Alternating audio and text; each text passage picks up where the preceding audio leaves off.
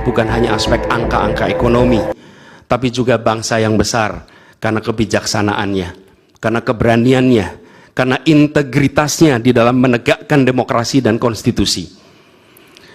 Yang mulia Hakim Mahkamah Konstitusi, sejak zaman pra-kemerdekaan, bangsa dan negara kita telah menapaki berbagai persimpangan krusial yang menentukan arah dan nasib bangsa Indonesia. Tidak semua keputusan-keputusan yang dibuat adalah keputusan yang tepat. Sebagian adalah keputusan yang tidak tepat. Dan itu dicatat di dalam sejarah kita. Semua yang terlibat dicatat sebagai bagian dari perjalanan sejarah Indonesia. Karena itu, saat yang berharga ini, kita juga dihadapkan pada kenyataan yang sama. Peristiwa yang sedang berlangsung hari-hari ini akan menjadi bagian dari catatan sejarah perjalanan Republik kita, sebagaimana perjuangan kita sejak pra-kemerdekaan. Ini adalah saatnya bagi kita di persimpangan yang kritis ini untuk mengambil pelajaran dari sejarah, berdiri dengan keberanian moral dan intelektual untuk menentukan masa depan kita dengan keputusan yang akan memperkuat pondasi demokrasi, memperkuat pondasi keadilan di dalam negara kita.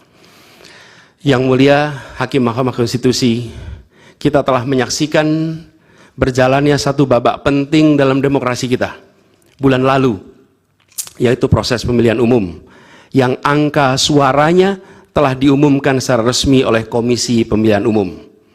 Tapi perlu kami garis bawahi dan kita semua sadari bahwa angka suara tak mutlak menentukan kualitas dari demokrasi. Tak otomatis mencerminkan kualitas secara keseluruhan.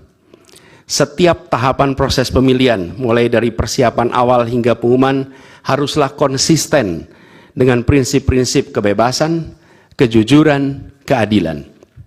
Dan prinsip-prinsip ini bukan formalitas, ini bukan sekedar ada di teks, tapi ini pondasi esensial yang harus dijaga untuk membangun dan memelihara sistem demokrasi yang sehat, yang stabil, dan yang berkelanjutan. Pemilihan umum yang bebas, jujur, adil adalah pilar yang memberi legitimasi kuat pada pemerintahan yang terpilih, yang bisa membawa kepercayaan publik serta memperkuat pondasi institusi pemerintahan. Tanpa itu, legitimasi, kredibilitas dari pemerintah yang terpilih akan diragukan. Lebih jauh lagi, pemilihan yang dijalankan secara bebas, secara jujur dan adil adalah sesungguhnya pengakuan atas hak dasar setiap warga negara dalam menentukan arah dan masa depan negara mereka sendiri. Ini adalah wujud tertinggi dari kedaulatan rakyat, di mana setiap suara dapat disampaikan dan dihitung tanpa tekanan, tanpa ancaman, tanpa iming-iming imbalan. Pertanyaannya, apakah Pilpres 2024 kemarin telah dijalankan secara bebas, jujur, dan adil? Izinkan kami menyampaikan jawabnya, tidak. Yang terjadilah sebaliknya. Dan ini terpampang secara nyata di hadapan kita semua. Kita menyaksikan dengan keprihatinan mendalam serangkaian penyimpangan yang telah mencoreng integritas proses demokrasi kita. Mulai dari awalnya, independensi yang seharusnya menjadi pilar utama dalam penyelenggaraan pemilu telah tergerus akibat intervensi kekuasaan yang tidak seharusnya terjadi. Di antara penyimpangan yang kita saksikan adalah penggunaan institusi negara untuk memenangkan salah satu calon yang secara eksplisit tidak memenuhi kriteria yang ditetapkan. Terdapat pula praktek yang meresahkan, di mana aparat daerah mengalami tekanan, bahkan diberikan imbalan untuk mempengaruhi arah pilihan politik, serta penyalahgunaan bantuan-bantuan dari negara, bantuan sosial yang sejatinya diperuntukkan untuk kesejahteraan rakyat, malah dijadikan sebagai alat transaksional untuk memenangkan salah satu calon. Bahkan intervensi ini sempat merambah hingga pemimpin Mahkamah Konstitusi. ketika pemimpin Mahkamah Konstitusi yang seharusnya berperan sebagai jenderal benteng pertahanan terakhir menegakkan prinsip-prinsip demokrasi terancam oleh intervensi, maka pondasi negara kita, pondasi demokrasi kita berada dalam bahaya yang nyata. Lebih jauh lagi, skala penyimpangan ini tidak pernah kita lihat sebelumnya, Yang Mulia.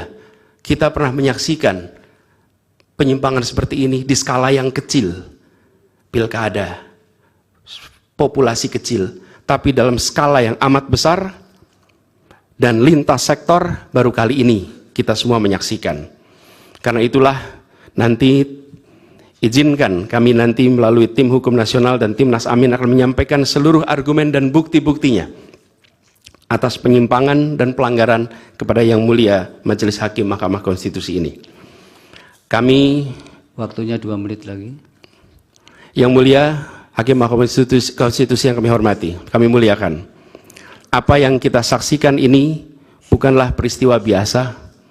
Ini adalah titik klimaks dari sebuah proses yang panjang.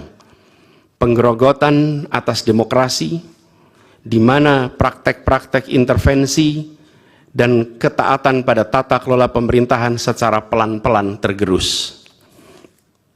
Oleh karena itu, Yang Mulia Hakim Mahkamah Konstitusi, di hadapan Yang Mulia, kini terbentang satu momen paling krusial dalam perjalanan demokrasi kita. Di pundak Yang Mulia terpikul tanggung jawab yang amat besar untuk menentukan arah masa depan demokrasi kita. Apakah kita akan melangkah dalam persimpangan jalan ini menjadi sebuah republik dengan rule of law atau rule by law? Demokrasi yang makin matang atau kemunduran yang sulit untuk diluruskan di tahun-tahun ke depan? Bila kita tidak melakukan koreksi saat ini, maka akan menjadi presiden ke depan di setiap pemilihan di berbagai tingkat. Bila kita tidak melakukan koreksi, maka praktek yang terjadi kemarin akan dianggap sebagai kenormalan dan menjadi kebiasaan, lalu menjadi budaya, dan akhirnya menjadi karakter bangsa.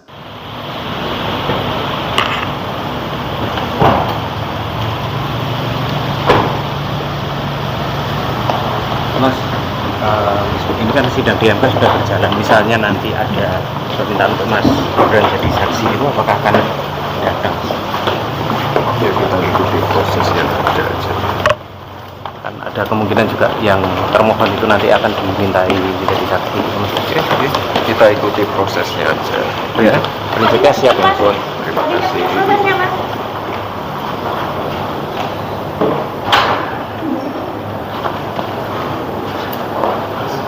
Thank you.